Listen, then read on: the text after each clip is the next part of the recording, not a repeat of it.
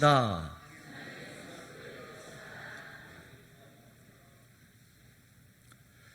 오랫동안 다리가 불편하셔서 다치셔서 못 나오시다가 이렇게 같이 예배드리게 돼서 또 특별히 의미가 있는 시간인 것 같습니다. 여러분, 한국교회가 70년대, 80년대에 급격하게 성장했다는 것을 우리는 너무나 잘 알고 있어요. 교인들이 정말 모이기를 힘썼던 사실을 우리가 우리 교회 연역에서도 알 수 있습니다만 여러분들이 다 경험했지 않았나 생각이 되어집니다. 주일 예배, 저녁 예배, 금요 3일 저녁 기도회, 또 철야, 새벽 기도, 부흥에도 열심히 참석했다라고 생각이 되어져요. 어떤 의미에서는 성도들이 내가 가지 않으면 안 된다라는 그런 책임감을 가지고 참석하지 않았겠나 생각이 되어지고, 지금도 대다수의 성도님들은 교회 출석과 봉사에 열심입니다. 그런데 꼭 그렇게 생각하지 않는 사람들이 생기기 시작하였습니다. 그런데 주일 성수는 절대적인 것이 아니다라는 그런 생각을 가지고 이런저런 핑계를 대면서 주일 예배를 참석하지 않는 사람들이 생겨나고 있고, 아예 교회를 떠나려는 사람들의 이야기가 종종 들립니다. 교회를 떠나는 사람이 있다? 참 어색한 말처럼 들리기도 합니다. 그 말이 익숙해지고 싶지 않기 때문에 그렇게 표현합니다만은, 그럼에도 불구하고 그것이 현실이라면 모든 사람들이 믿음 안에 굳건히 서서 몸된 교회 안에서 믿음이 어떻게 하면 잘 성장할 수 있을까 하는 것이 우리의 고민이 되지 않겠나 생각이 되어져요. 떠나가는 사람들을 어떻게 막아야 할까라는 그런 생각을 하는 것은 그들이 죽음의 길로 향하고 있기 때문에 그런 안타까운 마음이 우리 안에 있어서 그렇게 생각할 수 있겠다 싶습니다. 교회에 등록을 했습니다. 교회에 등록을 했습니다만 교회에 출석하지 않은 사람들을 우리는 가나안 성도라고 이야기를 합니다. 재미있게도 가나안 거꾸로 읽으면 뭐가 되죠? 안나가가 되죠. 그래서 안나가를 뒤집어서 나온 말이 가나안 이란 단어의 성도를 붙여서 가나안 성도. 그러니까 이 제도권 안에 제도권 교회 밖에서 신앙의 참 모습을 찾고자 하는 사람들을 가리키는 말이 되어졌습니다. 정말 희한한 일이죠. 예수님을 따르기 위해서 교회를 떠나고 있단 말입니다. 참된 교회를 찾기 위해서 지금의 교회를 떠나면서 자기의 신앙을 유지하고자 하는 그런 생각을 가지고 있는 사람들, 그런 사람들을 위해서, 그러한 가난한 성도들을 위해서 우리가 목회의 패러다임을 바꾸고 그들과 접근해야겠다라고 하며 여러 가지 다양한 교회를 시도하는 사람들도 있는 것 같습니다. 물론 다 교회에 등록한 사람들이 다 나와야겠습니다만은, 그렇지 않는 사람들 다 그렇게 어떤 뜻을 가진 가난한 성도로 우리가 분류할 수 없습니다만은, 이러한 현상을 통해서 우리가 생각해 봐야 할 것이 있는데, 정말 예수님의 교회가 어떤 것인지, 또 어떤 것을 추구해야 되는지 근원적인 질문 앞에 우리가 서 있단 말이에요. 이것이 우리 교회의 문제일 수 있고 우리 성도들의 문제일 수 있겠다 싶어서 오늘 본문 히브리서 6장 전체를 통해서 여러분들과 같이 말씀을 나누고자 합니다. 히브리서, 아마도 로마 교회에 소속해 있던 한 작은 유대인 가정교회로 보여졌던 그곳에 보낸 편지가 히브리서입니다. 어쩌면 제사장 출신들이 있었는지, 어쩌면 또 구약의 제사제도에 깊은 관심을 가지고 있었던 사람들이 있었는지, 히브리서를 전체를 읽으면 그러한 구약의 용어들, 구약 성경이 인용되어져 있는 것을 보게 되어집니다. 그들은 신앙적으로 이미 성숙한 단기 이를 정도로 오랜 세월 동안 말씀을 배웠음에도 불구하고 아직도 어린아이의 상태에 머물러 있다라고 히브리서의 저자는 그렇게 표현해 주고 있어요. 그들은 주후 49년에 글라디오스 황제가 유대인들을 다 추방했거든요. 그러니까 추방했다는 것은 재산을 정리하고 팔고 사업장도 정리하고 떠나는 것이 아니라 갑자기 모든 것을 나라에 빼앗기는 그런 심각한 재산 손실과 고난을 감당했던 사람들입니다. 그런데 지금 그들 앞에 놓여있는 현실은 더 심각한 핍박의 위기에 직면하여 그들의 인내와 그들의 헌신이 지금 약화되어져 있는 상태에 있었습니다. 어쩌면 주변에 있는 유대교인들이 더 많이 핍박하여 있는데 회당으로부터 오는 그 압박을 못 이겨서 회당으로 다시 돌아갈까라고 생각했던 사람들, 아니 예전에 우리가 구약 제사를 드렸는데 우리도 그렇게 했으면 좋겠어 라는 생각을 가지고 있었던 사람들, 그래서 히브리서를 보낸 이 저자는 심각하게 무엇을 생각했냐면 어쩌면 그 교인들이 배교할 것 같아 라는 그런 마음을 가지고, 주제가 배교하지 말라라는 그런 주제를 가지고 이 서신을 보내고 있다라는 말입니다.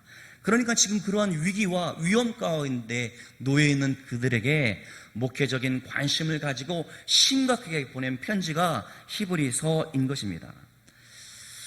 2장에 보면은 이 편지를 받은 사람들은 예수님의 복음을 직접 들었던 사람들을 통해서 복음을 전해 들었고 그들이 믿음이 그렇게 자랐던 사람들입니다. 그런데 그들은 구원을 등한히 여기고 헌신이 약화되어져 있는 위험에 빠져 있다라고 2장 1절에서부터 4장까지 말씀해 주고 있고, 심지어 하나님으로부터 돌아서서 구원의 길에서 떨어져 나갈 위기에 놓여 있다라고 말씀해 주고 있습니다. 왜냐하면 사실 그들이 이 신앙의 믿음을 가졌음에도 불구하고 신앙적인 실천의 삶을 경험하지 못한 사람들이 아니었다는 사실을 말씀해 주고 있는데, 왜 그럼에도 불구하고 그들은 했을까 생각을 하게 되어져요. 오늘 읽지는 않았습니다만은 6장 9절에 보면 그들은 형제들을 섬김으로써 형제에 대한 자신들의 사랑을 증명해 보였던 사람들이라고 말씀해 주고 있고, 그 다음에 그 처음 교회가 세워질 때부터 고난의 직면에 있었는데 그 고난을 잘 견디었던 사람들이라고 말씀해 주고 있고, 또한 자신들의 재산을 빼앗기는 것까지 감수했던 사람들이라고 말씀해 주고 있어요. 그런데 그러한 섬김과 고난을 이겼던 그들임에도 불구하고 이 저자는 이와 같은 영광스러운 신앙 경력에도 불구하고 그들은 영적으로 매우 둔감했다, 미숙했다라고 표현해 주고 있습니다. 특히 그들은 복음의 진리를 탐구하는 일들에 있어서 적극적이지 않았다라고 말씀해 주고 있고, 복음의 진수를 깨닫는 데 있어서도 지극히 제한적이었다라고 5장 11절에 말씀해 주고 있고, 마땅히 지금 선생의 위치로서 가르치는 능력이 있음에도 불구하고 아직 영적으로 유아 어린아이다, 그것을 넘어서지 못했다라고 5장 12절에 말씀해 주고 있어요. 5장 13절에는 그들은 의의 말씀을 경험하지 못한 이라는 표현으로 미뤄볼 때 복음의 원리에 따르는 신앙적인 실천에 있어서 아직도 초보적인 단계에 머물러 있었다는 사실을 6장 1절, 2절을 통해서 우리에게 알게 되어집니다. 이와 같은 상태에 머물러 있게 되어지는 이유는 그들이 지적으로 능력이 부족했기 때문도 아니고 10장에 보면 그들이 고난에 대한 두려움 때문이라고 그렇게 진단해 주고 있고, 또한 유대교에 대한 미련이 있어서 지금 유대교를 떠나서 굳세게 결단하고 예수님이 우리의 메시아라는 사실을 믿고 내가 그분을 위해서 살겠다라는 그런 결단을 했음에도 불구하고 이제는 뿌리를 내려야 될 터인데, 믿음의 정절을 지킬 수 있어야 될 터인데 시간이 갈수록 불리하다는 사실을 깨닫게 되어지는 거예요.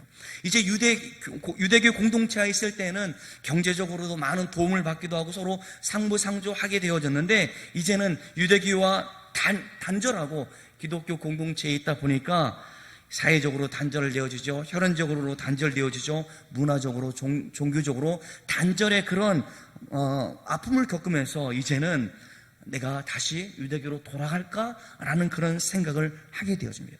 그래서 유대 제사의 제도에 대해서 그런 향수를 가지게 되어졌고, 제사장의 그런 딸랑거리는 방울 소리를 그리워하는 지경에 이르게 되어졌다라는 말입니다. 그리고 심지어 여러분들이 알고 있는 것처럼 모이는 자들의 습관을 피한다라는 표현처럼 이 가정 교회 모임조차도 그만두자라는 그런 말들도 나오게 되어졌다라는 것입니다. 설상가성으로 유대교인들이 의도적으로 모함하고 핍박을 하면서 이제는 그들에게 말하기를, 야 너희들 배교하고 다시 돌아와라는 그런 위기 가운데 직면해져 있다라는 것입니다. 이러한 배경 가운데 히브리서 이 보낸 편지의 저자는 말하기를 여러 가지 이유를 들면서 이런 상황 속에 있는 사람들 가운데 배교는 도저히 상상할 수 없는 일이다. 여러분 배교하면 안 됩니다. 라는 그런 주제를 가지고 이 편지를 보내고 있다는 말입니다.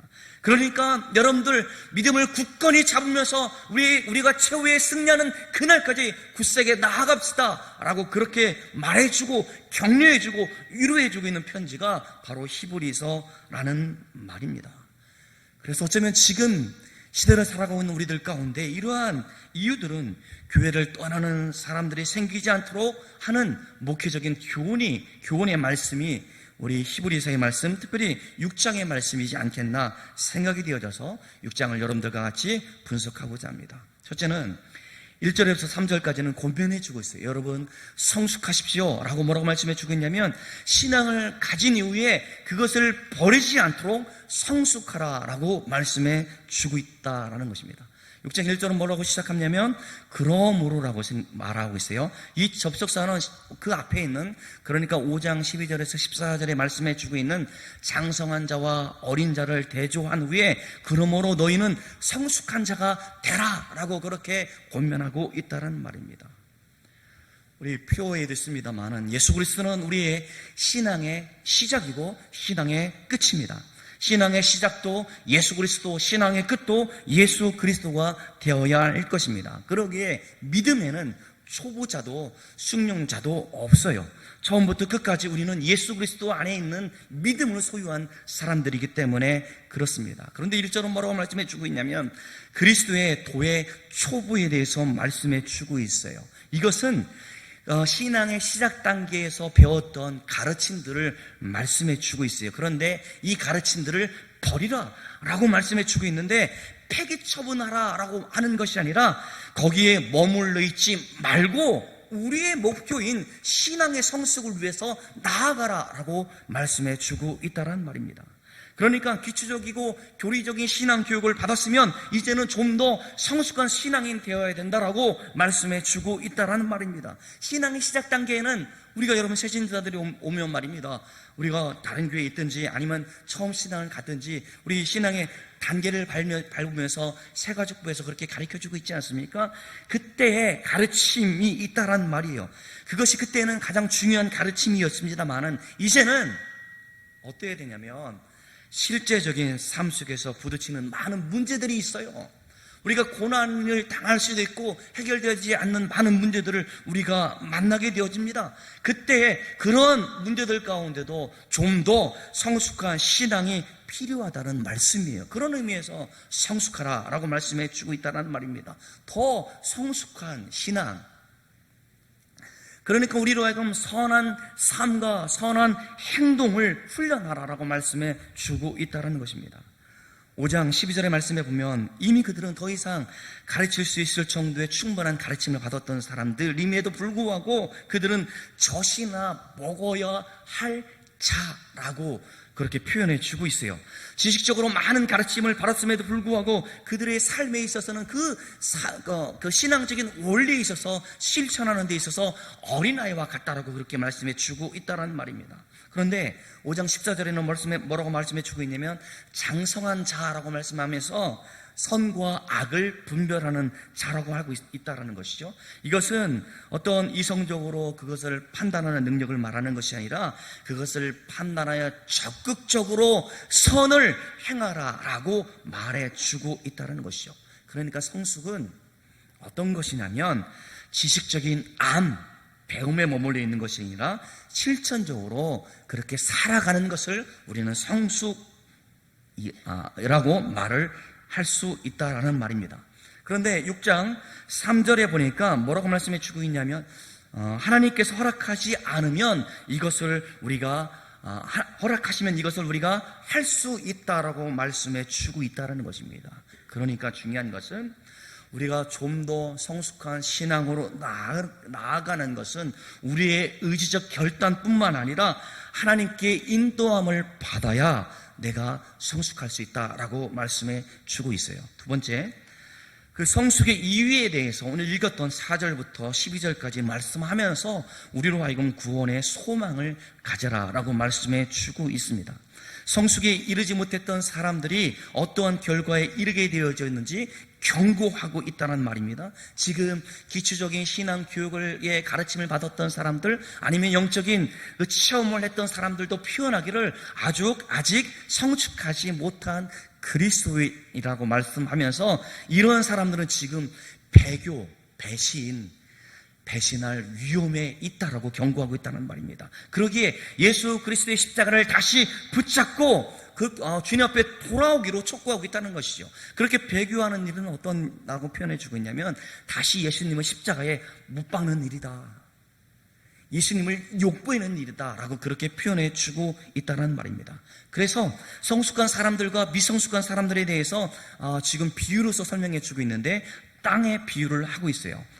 여러분, 땅 가운데는 좋은 땅도 있고 안 좋은 땅도 있는데, 좋든 안 좋든 그 땅 가운데 비를 내리는 것은 동일하죠. 그러니까 하나님의 은혜는 모든 사람들 가운데 동일하게 주어진다는 사실을 비유로 말씀해 주고 있는데, 근데 어떤 땅에는 좋은 채소를 생산한다고 말씀해 주고 있고, 어떤 땅에는 지금 가시와 엉겅퀴를 내면서 저주를 받은 땅이라고 말씀해 주고 있다는 말입니다. 그러니까 마찬가지로 성숙한 사람들이 하나님의 은혜를 받아서 사람들 가운데 선을 행하지만, 미성숙한 사람들은 하나님의 은혜를 동일하게 받았음에도 불구하고 사람들 가운데 악을 행한다라고 그렇게 표현해 주고 있습니다. 그래서 미숙한 사람들에게 배교하지 말 것을 그렇게 경고하고 있습니다. 그런데 이 편지를 받는 사람들을 향하여 더욱 좋은 것, 구원을 바라보도록 그렇게 격려하고 있는 것이 오늘 본문의 4절부터 12절에 나타내지고 있어요. 그러니까 성도들에게 봉사하고 사랑을 나타내는 것을 칭찬하고 있는데, 그렇지만 하나님의 약속을 상속받기 위해서 더욱더 열심을 가지고 소망을 품고 그렇게 하라라고 그렇게 권면해주고 있는 것이 오늘 본문의 말씀이에요. 세 번째, 우리 13절부터 20절까지는 뭐라고 말씀해 주고 있냐면, 소망의 이유가 있다. 그것은 하나님께서 우리에게 맹세로 약속해 주었는데 그 약속을 받으라라고 말씀해 주고 있다라는 말이에요. 하나님께서는 아브라함에게 맹세로 약속하신 것을 예를 들어서 창세기 22장 17절의 말씀을 인용해 주고 있는 말씀이 14절이에요. 우리 다 같이 6장 14절을 같이 읽도록 하겠습니다. 6장 14절 시작. 이르시되 내가 반드시 너에게 복주고 복주며 너를 번성하게 하고 번성하게 하리라 하셨더니. 아멘. 지금 이 말씀이 무엇이냐면, 아브라함은 오래 참음으로써 하나님의 약속을 받을 수 있었다라는 것입니다. 그러니까 오래 참았다는 것은 소망을 잃지 않았다라는 말씀이에요. 그러니까 아브라함은 소망을 잃지 않고 오래 참을 수 있었던 것은 하나님께서 맹세로 하신 약속의 말씀을 붙들었기 때문이라고 그렇게 말씀해 주고 있어요. 그러니까 여러분 그렇잖아요. 아이들끼리 싸울 때 얼마나 재밌는지 아십니까? 우리 아빠는 경찰이야. 그럼 우리 아빠는 검사야. 그럼 그 다음 아이는 뭐라고 말하게요? 우리 아빠는 대통령이야. 그게 끝나지 않아요. 우리 아빠는 하나님이야. 이거 아무 말도 못해요. 하나님이라고 그러는데 애들이 무슨 싸움 끝입니다. 그 말씀, 그게 좀 비유적인 그렇긴 합니다만은 뭐라고 말씀해 주고 있냐면, 하나님께서 사람들이 더 큰 자를 두고 말을 한다고 하면 모든 다툼이 끝난다는 것이. 그러니까 하나님은 당신의 뜻이 변치 않는다는 사실을 맹세해 주었다라고 그렇게 표현해 주고 있다라는 것입니다. 그러니까 하나님께서는 거짓말하는 분이 아니기 때문에 우리에게 약속을 해 주셨는데 맹세의 보증을 통해서 우리를 하여금 위로해 주시는 분이다. 그렇기 때문에 우리가 소망할 수 있다라고 13절부터 20절까지 말씀해 주고 있는 것입니다. 그래서 19절에 표현해 주기를 배의 탓 아시죠? 닷의 비유를 말씀해 주고 있습니다. 여러분, 작은 배든 큰 배이든 정박하기 위해서는 닻을 내려야 돼요. 큰 배일수록 큰 닻을 내리면 아무리 폭풍우가 쳐도 말이죠, 유동해도 말이죠, 그 배가 정박할 수 있게 되어지는 것은 닷 때문에 그렇다라는 것입니다. 그렇기 때문에 우리가 소망을 튼튼하게 견고하게 할 수 있는 것은 이 소망은 하나님께서 맹세로 약속하신 것을 근거로 하고 있기 때문에 우리의 소망은 결코 흔들리지 않는다라고 말씀해 주고 있어요.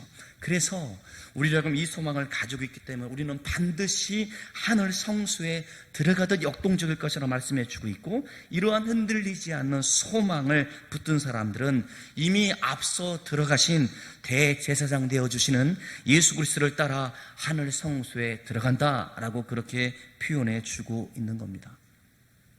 사랑하는 성도 여러분, 히브리서를 받는 교회 공동체 안에 일부 교인들은 그리스도의 교훈을 떠나서 세상 가운데 가고자 했던 이유가 있었습니다. 그것은 믿음이 계속해서 초보적인 상태에 머물러 있었기 때문에 그렇습니다.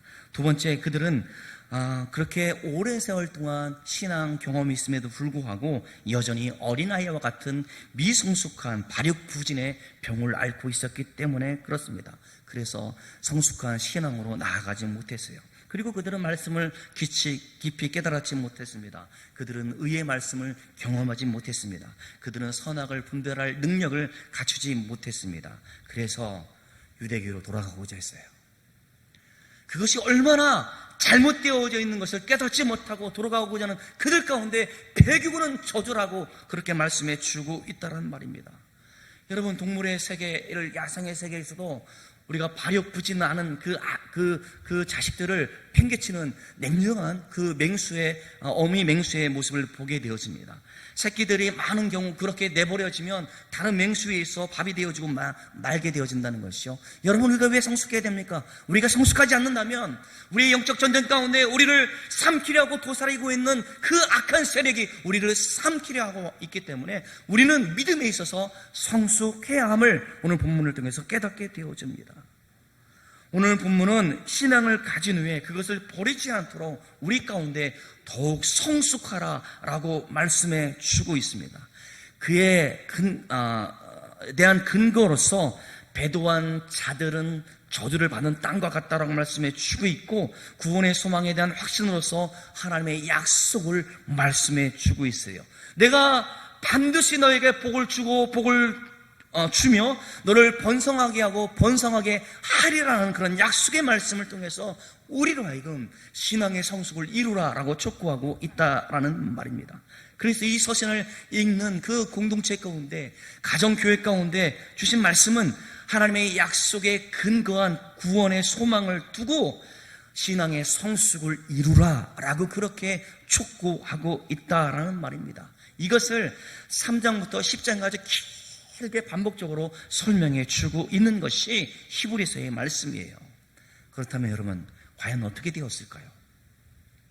이 말씀을 들었던 그 공동체는 어떻게 되었는지 우리가 상상을 해봤으면 좋겠습니다.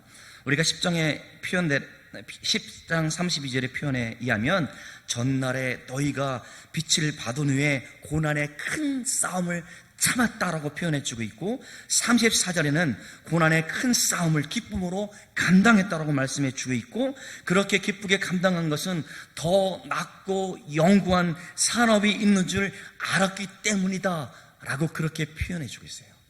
그러게 그들은 이 말씀을 듣고 믿음의 성숙을 위해서 부단히 노력했다는 것을 우리에게 말씀해주고 있어요.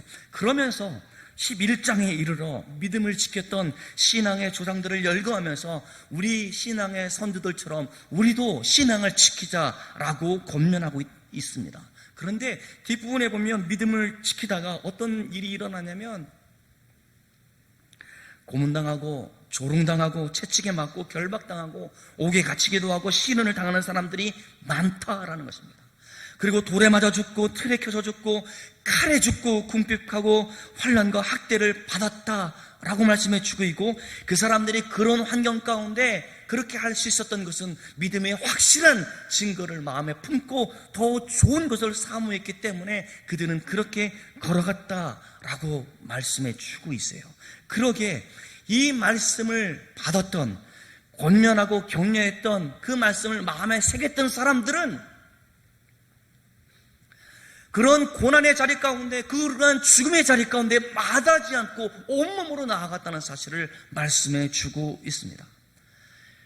이 서신은 누가 보냈는지 우리가 여러 가지 학설이 많기 때문에 분분해서 우리가 저자를 알 수 없음이 가장 최선의 말씀일 거예요. 그리고 이 저작 시기가 언제인지는 몰라요. 그래서 아마도 유대인들이 다 추방되어지는 주 49년 글라디오 황제에 의해서 유대인들이 다 추방되어진 그 이후, 그 다음에 64년 네로 황제의 기독교 대박해 그 어간에, 아니면 또 11장의 뒷부분에 나와져 있는 그런 경험들이 있었던 일들이라고 한다면 90년대에 있을 그 어간 가운데 기록되어지는 말씀이지 않겠나 생각이 되어집니다. 그런데 우리가 곰곰이 생각해 봐야 돼요. 역사적으로 기독교가 대박해를 당했을 때 로마 황제 네로에 의해서 모함 방화의 주범으로, 그 다음에 그들은 근친상간한다, 피를 마신다, 그런 모함으로 인해서 많은 사람들이 박해를 내어지고 죽음 가운데 내몰리게 되어집니다. 그들 가운데 맹수의 가죽을 사람 앞에 뒤집어 쓰이고 말이죠, 배고픈 맹수를 풀어서 그들을 물어 죽이게 하고 말이죠, 황수의 뿔 가운데 쳐서 죽이게 하기도 하죠. 그 다음에 그 사람들 죽인 사람들의 몸에 기름을 바르고 나무에 매달아서 말이죠, 밤에 불을 붙여서 길을 환하게 등불을 역할을 감당하는 그러한 무지막지한 일을 저질렀던 황제 네로입니다. 그렇게 수많은 기독교인들이 대박해를 당했습니다. 사도 바울도 그 당시에 순교했다라고 기독교 역사가들은 그렇게 이야기하고 있다라는 것입니다. 히브리서의 저자가 사람들 가운데 어떠한 유혹이 있어도 배교하면 안 됩니다라는 그러한 고백에, 그러한 믿음의 말씀을 촉구할 때 온몸으로 죽음을 도리하지 않고 배교하지 않고 온몸으로 그런 순교의 자리에 나아갔던 사람들이 히브리서 이 말씀을 받는 사람들이었지 않겠나 생각이 되어져요. 사랑하는 성도 여러분, 지금은 배교하는 시대가 아닙니다. 제가 예수님을 믿는다고 해서 경찰이 저를 뒷조사를 하겠습니까? 여러분들이 동산교회 나온다고 핍박을 당하면서 우리가 돌을 던지는 사람들이 있습니까? 그렇게 배교하는 시대가 아니라고 해서 우리가 안심하겠다? 결코 그렇지 않습니다. 정신적으로 영적으로 이 세상은 우리로 하여금 너무나 쉽게 배교를 요구하는 시대 가운데 살고 있어요. 이 세상 가운데 물질이 최고다, 돈이 최고다, 돈이 어떠한 것보다 중요하다는 것을 세상은 말하고 있고, 어쩌면 성도들도 돈을 벌기 위해서 하나님의 뜻은 저버린 채 수단과 방법을 가리지 않고 나아가고자 하는 그런 유혹들 앞에 놓여져 있다라는 말입니다. 수많은 사람들이 말합니다. 인권을 말하는데, 인권은 어떤 의미냐면 하나님의 자리에 사람이 올라가서 신도 우리가 요청하면 우리의 신이 되어줄 수 있다라고 말하는 것이, 그 인권을 말하고 있는 가장 높은 단계가 바로 그 인권 외에 신권을 제쳐두고 그 위에 인권을 두고자 했던 사람들의 외침, 그런 시대를 우리는 살아가고 있다라는 말입니다. 그것은 교회 밖의 문제입니다만 교회 안의 문제는 어떻습니까? 어제 우리 유치부 성경학교를 통해서 그 아이를 데리고 오는 엄마의 마음, 여러분 돌잔치를 한지 얼마 지나지 않았는데 그 아이가 성경학교에 나와서 뭘 알겠어요? 그래도 같이 어울리고 찬양하고 뛰어노는 모습이 얼마나 귀하고 아름다운지 모르겠습니다. 내 자녀가 내 자녀를 이끌고 오는 그 어미의 마음이 어쩌면 이 아이가 이 세상 가운데 살아갈 때 나처럼 믿음을 가지고 험난한 세상 가운데 이겨내기를 바라는 마음으로 그래 나왔지 않겠나 싶어서 귀하기도 하고, 또 어쩌면 유치부 교사는 아닙니다만은 교사로서 헌신하고자 하는 많은 분들이 있었는데 우리 교회 아이들이 믿음 안에 잘 자라기를 원하는 마음이 있어서 왔지 않겠나 싶어서 마음이 흡축하기도 하고 너무나 기뻤습니다. 그런데 우리들 생각 가운데 그러진 않습니까? 교사로 헌신하는 일들은 아이들 가운데 말씀을 가르치는 것은 목사님이나 하시는 일들이고 중직자들이 하는 일들이지 나하고는 아무런 상관이 없어라고 말하는 사람들은 어쩌면 영적으로 유아 상태에 머물러 있는 것은 아닌지 우리는 곰곰이 생각해 보아야 한다라는 말입니다.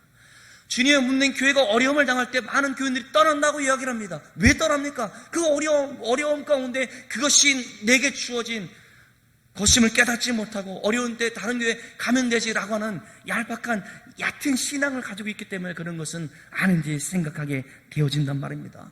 청년들이 봉사하지 않아요. 지난주에 교사로서 이게 수고하는 사람들 세보니까 딱 3명이에요.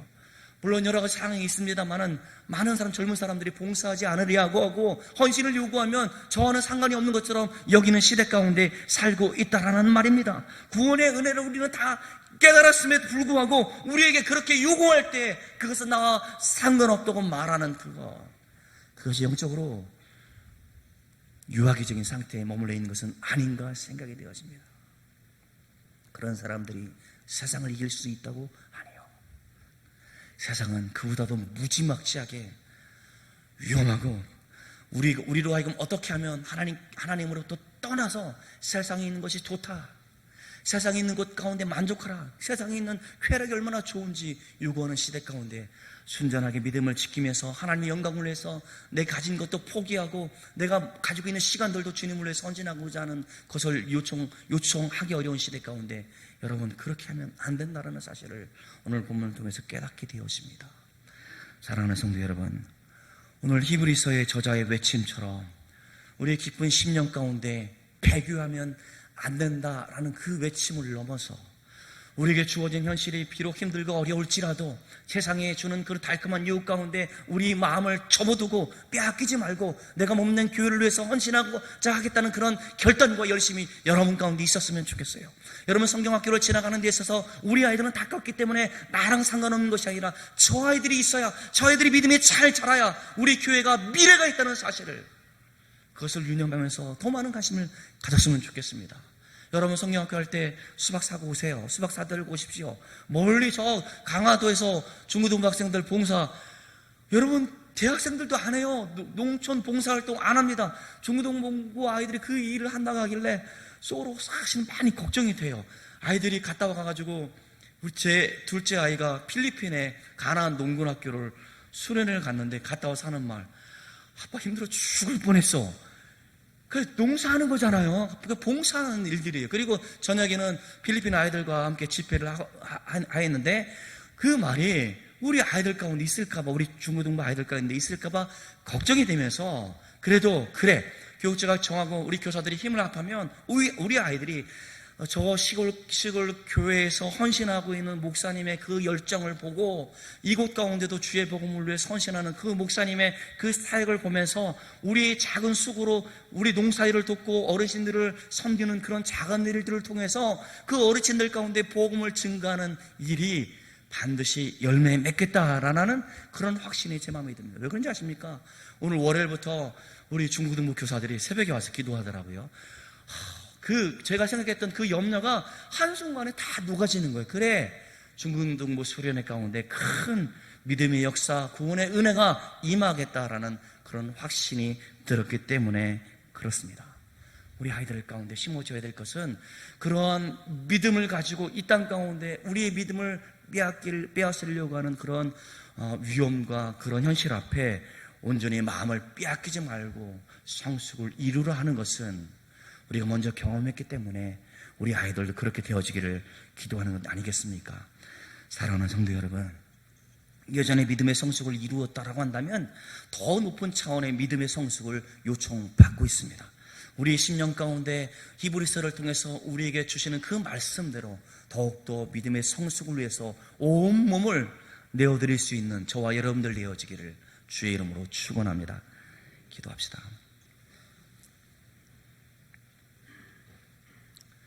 주여, 감사합니다.